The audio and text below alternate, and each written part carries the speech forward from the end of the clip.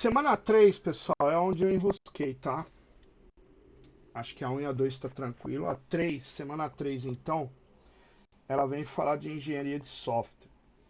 E aí lá no nosso curso, né? Ela colocou. Eu nem coloquei os links aqui, mas quem visitar a semana 3, depois eu até posso pôr lá no YouTube os links, do professor que explica engenharia de software, né? E ela colocou isso, parece como se fosse uma revisão ou pra gente entender, né? Mas aqui o negócio começa a complicar um pouco porque tem muita coisa, né? Então, assim, vai definir o quê?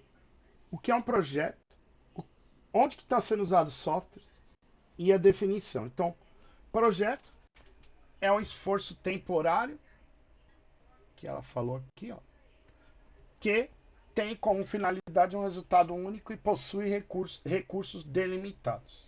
Então, vou ter que ter um resultado e limitar meus recursos. Onde os softwares estão sendo usados ultimamente? Então, tem software para tudo quanto é lugar. Está sendo usado em transporte, está sendo usado no médico, está sendo usado em telecomunicação, está sendo usado em militar, está sendo usado em indústria, está sendo usado em comércio, um monte de lugar, né? A definição, né, disso, do projeto, da engenharia de software, né? É um produto que engenheiros de software projetam e constroem, né? E o software, a definição de software, na verdade, né? Desculpe, definição de software. Deixa eu colocar aqui até. É isso aí, ó. É um produto que engenheiros de software projetam e constroem.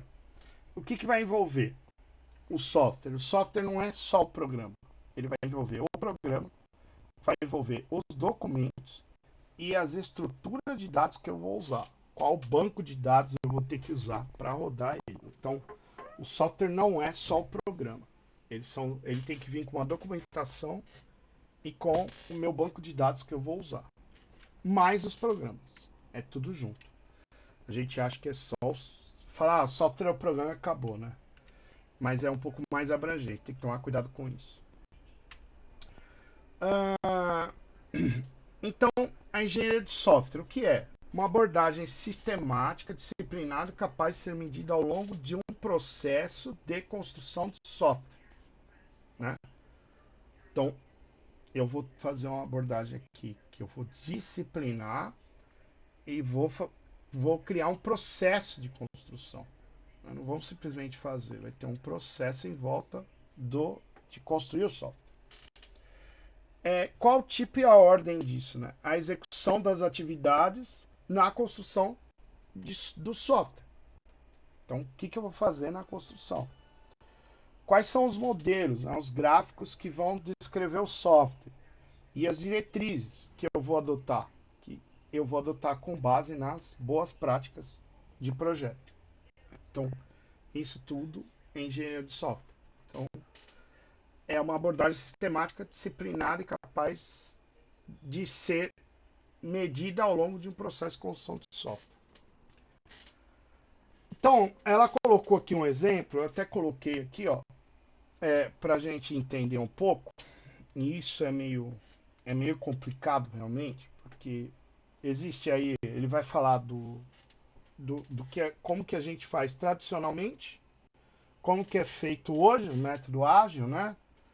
E qual que é o bom de um e do outro, né? Então, como que o cliente me explicou, né? Eu teria que fazer aqui, né, uma árvore, teria que colocar 3 degrauzinhos aqui numa balança e criar isso daí, né? Como o líder do projeto entendeu? Ele já entendeu que a, a balança ficaria entre esses 2 galhos, ó. Já não ficaria no galho direito da árvore, ficaria no direito e no esquerdo e com um degrauzinho só. Como o analista desenhou. Então, o analista, ele criou ainda a balança, ele cortou a árvore no meio aqui, ó, e colocou a balança lá no meio, né? Como o programador escreveu? O programador, ele enrolou a balança lá no caule e jogou o balanço no chão. como o consultor de negócios, né, descreveu. Ele descreveu como se fosse um sofá aqui, ó. Ele não colocou nenhum pedaço de madeira, foi logo um sofá que ia balançar, né?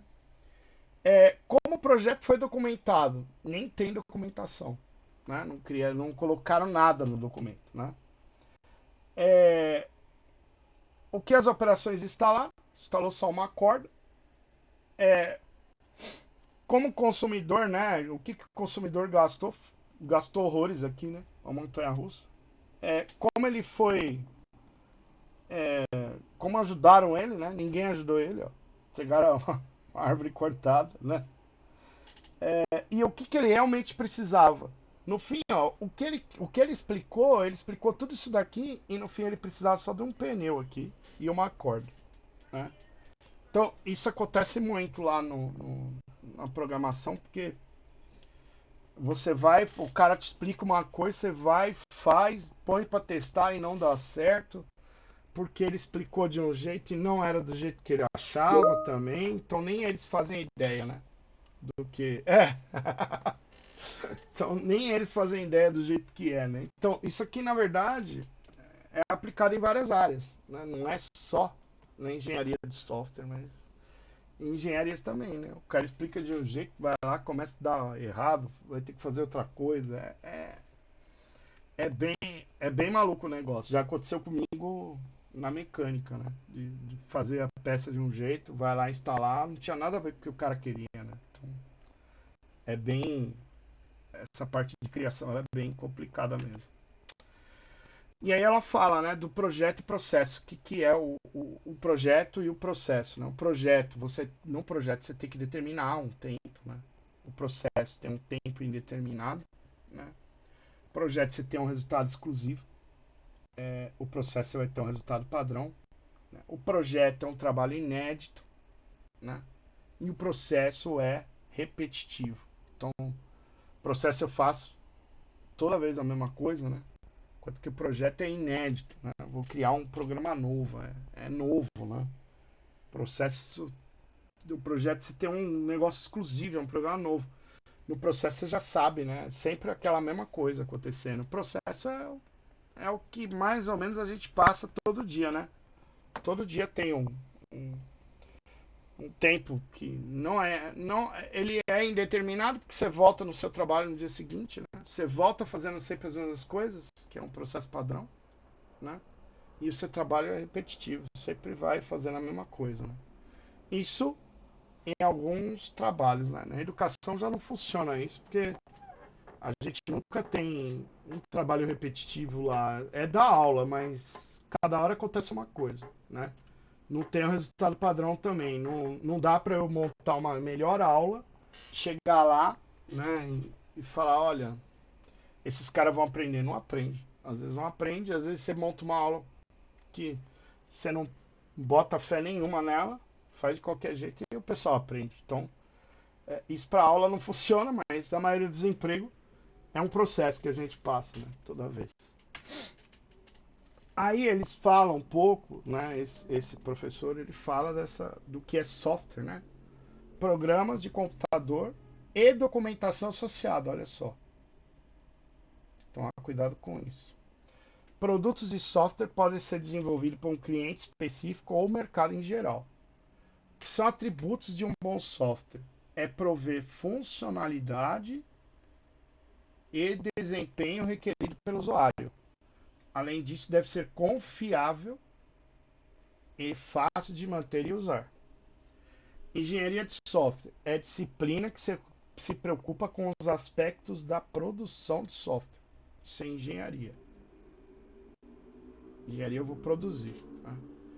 Quais são as principais atividades da engenharia? Especificação, desenvolvimento, validação e evolução do software. Então, esses são os principais pilares aqui da engenharia do software. Pode cair lá na pergunta. Especificação, desenvolvimento, validação e evolução do software. Qual a diferença entre engenharia e ciência? Ciência da computação foca na teoria e fundamento, e a engenharia com o lado prático de desenvolvimento e entrega de softwares úteis. Enquanto um é na teoria e fundamento, né? Ciência. O outro é na entrega e desenvolvimento. Qual a diferença de engenharia de software e engenharia de sistema? A de sistema se preocupa com todos os aspectos de desenvolvimento de sistemas computacionais, todos, incluindo engenharia de hardware, software e processo. A engenharia de software é uma parte específica desse processo mais genérico, né? É porque o sistema, na verdade, eu vou ter que me preocupar com o hardware também, né? Que é o sistema como um todo, né? Vou ter que ver tudo, né? Inclusive o hardware lá. Agora o software é só uma parte, né? Parte específica. Quais são os desafios da engenharia? Lidar com o aumento da diversidade, demandas pela diminuição do tempo de entrega e desenvolvimento de software confiável. Aumentar a quantidade, né? Diminuição do tempo. Quais são os custos? Aproximadamente 60% é desenvolvimento, 40% teste, né? Para software customizado, os custos de evolução frequentemente superam os custos de desenvolvimento. Quais são as melhores técnicas e métodos? Enquanto os projetos de software podem ser gerenciados em desenvolvidos profissionalmente, técnicas diferentes são adequadas para os tipos de sistemas diferentes. Por exemplo, os jogos devem ser desenvolvidos uma série de protótipos, enquanto de controle críticos de segurança requerem uma especificação analisável e completa. Portanto, não pode-se dizer que um método é melhor que o outro. Quais são as diferenças feitas pela internet na engenharia de software? A internet tornou o serviço de software disponível, possibilitou o desenvolvimento de sistemas altamente distribuídos baseados em serviços. O desenvolvimento de sistemas baseado em web gerou importantes avanços nas linguagens de programação e reuso de software. Foi aquilo que eu falei para vocês. Antigamente não tinha esse negócio de reuso, não. Você tinha que você mesmo digitar. Agora os caras disponibilizaram, né? Aí você consegue pegar a biblioteca lá e fazer. Com 3 linhas de código você ia fazer 20, 50. Você não precisa nem se matar em fazer. Às vezes o cara já achou a solução, né? Então, as atividades fundamentais é o que eu falei para vocês: especificação, desenvolvimento, validação e evolução do software. Especificação a funcionalidade do software e as restrições sobre a operação devem ser definidas, né? Até onde funciona. O desenvolvimento deve atender uma especificação. A validação é o teste, né? Eu vou ter que ver se está funcionando legal. E deve evoluir para atender as mudanças. Se muda, eu tenho que, né? As necessidades. Faltou um E aqui. Necessidades dos clientes. Então, mudança e necessidade que o cliente venha a ter, tem que fazer, né? Quanto aos modelos de processo, a gente tem cascata, né? As atividades fundamentais do processo, como especificação, desenvolvimento e validação. Desenvolvimento incremental, intercala as atividades de especificação, desenvolvimento e validação. O sistema é desenvolvido em uma série de versões, incrementos. E a integração e configuração baseia-se na disponibilidade de componentes, sistemas reusáveis. Eu vou reusar, né? O processo de desenvolvimento se concentra na configuração desses componentes para que sejam utilizados em um novo contexto e na integração deles no sistema. Então aí ele coloca, né, em cascata, define o que eu vou precisar, faça um projeto, implemento o teste de unidade, faça integração e teste de sistema, faça operação e manutenção e volto lá para cima, né? Porque esse seria o processo em cascata. O incremental, eu vou ter uma descrição geral, né? Aí eu vou fazer simultaneamente a especificação, o desenvolvimento e a validação. Especifico, desenvolvo, valido. Deu errado, eu volto para o desenvolvimento, especifico de novo, valido, e volto a desenvolver. Isso aqui vira um ciclo, né? Vira um ciclo aqui até eu passar para o próximo quadrinho, que é criar uma versão inicial. Se deu certo, eu volto, se vai ter que mudar alguma coisa, especifico, desenvolvo, valido, né? E volto para lá. Faço versões intermediárias, né? Várias versões até chegar no fim do software. E aí termino o trabalho. Eu vou incrementando, né? O próprio nome já diz. E a integração e configuração eu vou reusar, né? Vou descobrir um software que já tem, vou ver se serve, né? Vou refinar os requisitos. Se serviu tudo, se não serviu, eu volto aqui para a especificação de novo. Procuro algo que já tenha, né? Aí se eu achar alguém disponível, eu aplico, né? E termino. Se eu não achar, eu adapto o que precisar, desenvolvo o que precisar e integro ao sistema todo. Né? Eu vou reusando o que já tem para ser mais rápido. Bem tranquilo, né? Quais são os requisitos, então, da engenharia de processo? O processo, vou ter que fazer o estudo, se é viável, né? Faz um relatório se é viável fazer esse processo aí de produção do software. Vou fazer análise de requisitos, veja a especificação do requisito, valido, veja se está certo e documento, né? Isso é bem dos documentos que ele acabou de falar, né? Também vejo os modelos de sistema, documento e faço também os requisitos de usuários do sistema e faço a documentação. Isso seriam os requisitos, né? O que eu preciso. Os projetos, né? O modelo geral do projeto. Eu faço a informação de plataforma, especifico os requisitos, descrevo os dados. Essas aqui são entradas do projeto. Aí as atividades do projeto. Projeto de arquitetura, projeto de interface, projeto de componentes, faço projeto de banco de dados. E a minha saída vai ser arquitetura de sistema, especificação de banco de dados que vai usar, especificação da interface, especificação dos componentes. E saio com o projeto. Depois você vai passar por teste. Você faz um teste de componente, um teste de sistema, um teste de aceitação.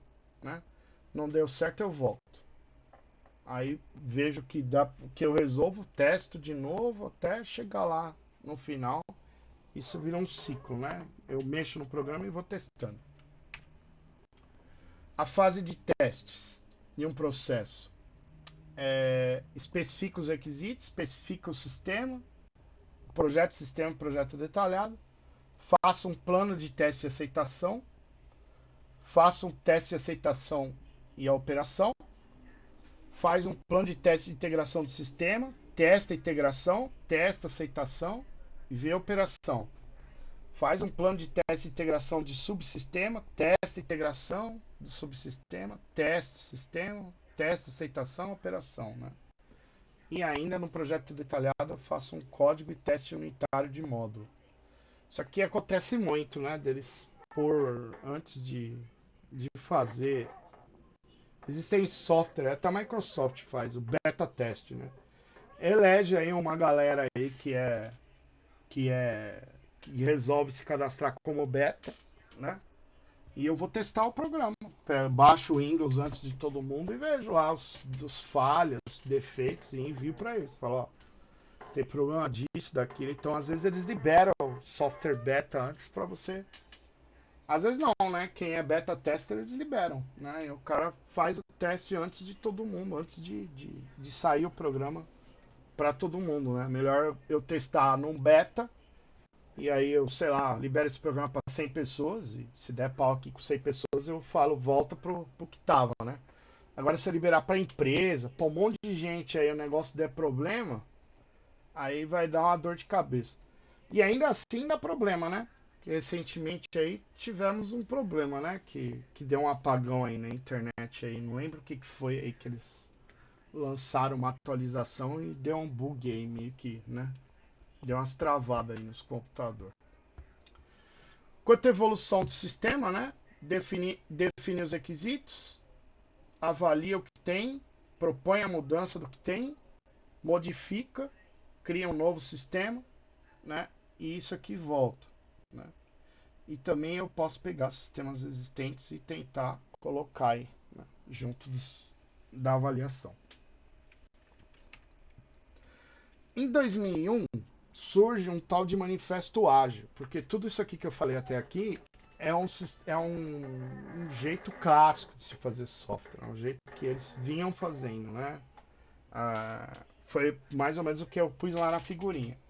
O cliente chegava em você, falava: preciso de um programa para minha farmácia, ou para o meu dentista, ou para o meu locadora que existiu um tempo atrás, ou para o meu comércio, sei lá, né? E aí ele falava: eu preciso de um programa que controle estoque, que vê o preço, que faça isso, faça aquilo, não sei o que, tal, descrevia, e aí eu ia lá e escrevia o programa. Falava: bom, então o programa tem que cadastrar os produtos, o programa tem, você vai ter que pôr um cara para cadastrar, o programa vai ter que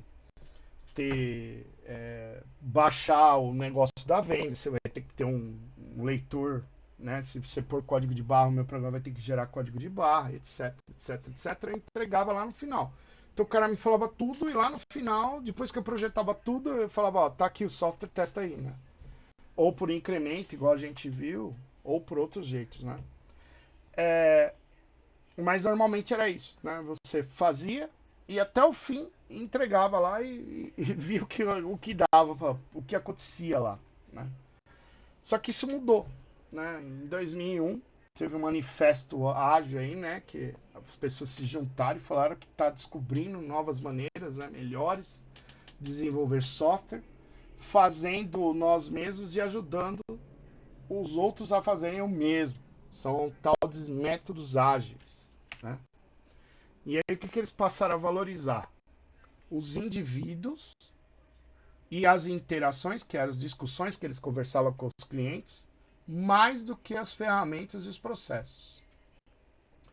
O software em funcionamento, o programa funcionando, mais do que a documentação, mais do que esses documentos. Colaborar com o cliente, mais do que a negociação de contratos. Responder às mudanças, né? Fazer a mudança mais do que seguir um plano, né? E valorizar todos os itens, tanto os que estão na figura esquerda quanto os que estão na direita. Eu não perco nada aqui. Eu só faço um mais do que o outro, né? Por que isso daqui? Porque é foco no cliente, pessoal. E antes não era. Antes você fazia o programa para fazer eu não sei. Era meio programador, os caras acham que são deuses, né? Falar: eu vou fazer um sistema. E, e quando eu trabalhei em loja de informática, essas coisas, eu conversei com o programador, porque o sistema era feito por um programador lá. Ele achava que a gente lá, por ser uma loja de informática, a gente tinha que se virar, né? Ele tratava a gente como se fosse sei lá, um programador. Mas a gente é usuário, pagaram para ele fazer o programa. Um programa de vendas, né? Cadastro de produtos da loja, um programa de RMA, que era os computadores que chegavam com defeito. E eu tinha que cadastrar esse computador. E o cara achava que a gente tinha que. O programa tá lá, você tem que se virar, sabe? O usuário tem que se virar, né? E não é bem assim, né? O Manifesto Ágil vem com essa colaboração aqui do cliente, né? Não sei como funciona isso. Tem um colega meu que trabalha em banco, né? Ele falou para mim que isso ajudou, né? A, a criar os programas, né? Porque a cultura é meio que essa mesmo, né? E também é difícil os colaboradores se ajudarem entre si. Ele falou que o programador normalmente você tem uma equipe de programadores.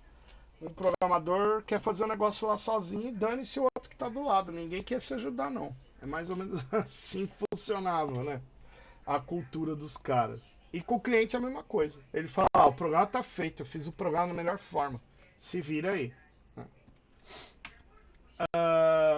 Aí eu só coloquei os mais usados, né? Que os métodos ágeis mais usados é esse Extreme Program, o Scrum, que é o que está em alta, esse Scrum aqui, e o Test Driven Develop, esse TDD aí. São esses três que estão sendo usados, sendo que o Scrum é o mais usado aí, que é o método ágil, né?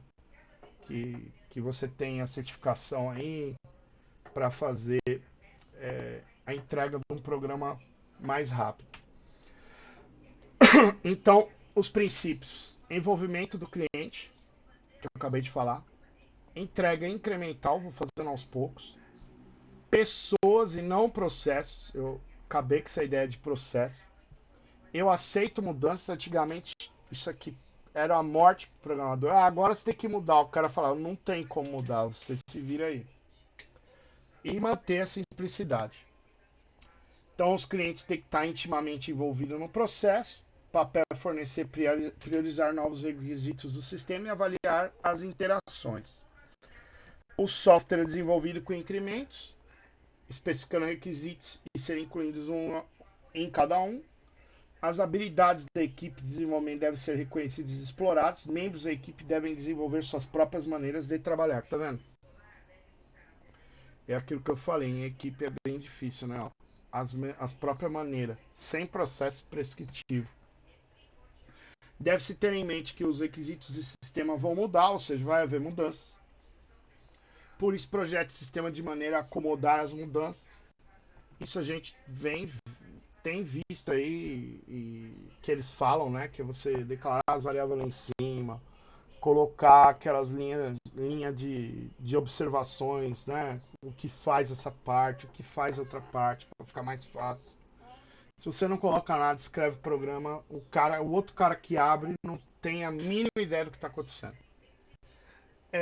Focalizar na simplicidade, tanto do software a ser desenvolvido quanto do processo de desenvolvimento. Sempre que possível, trabalhe ativamente para eliminar a complexidade do sistema. Isso é bom e é ruim, né? Porque você deixa muita linha lá explicando como funciona e tudo, né? E se você entrega o código-fonte para o cliente, ele pode te trocar por um mais barato, né? Tem esse negócio aí também, né?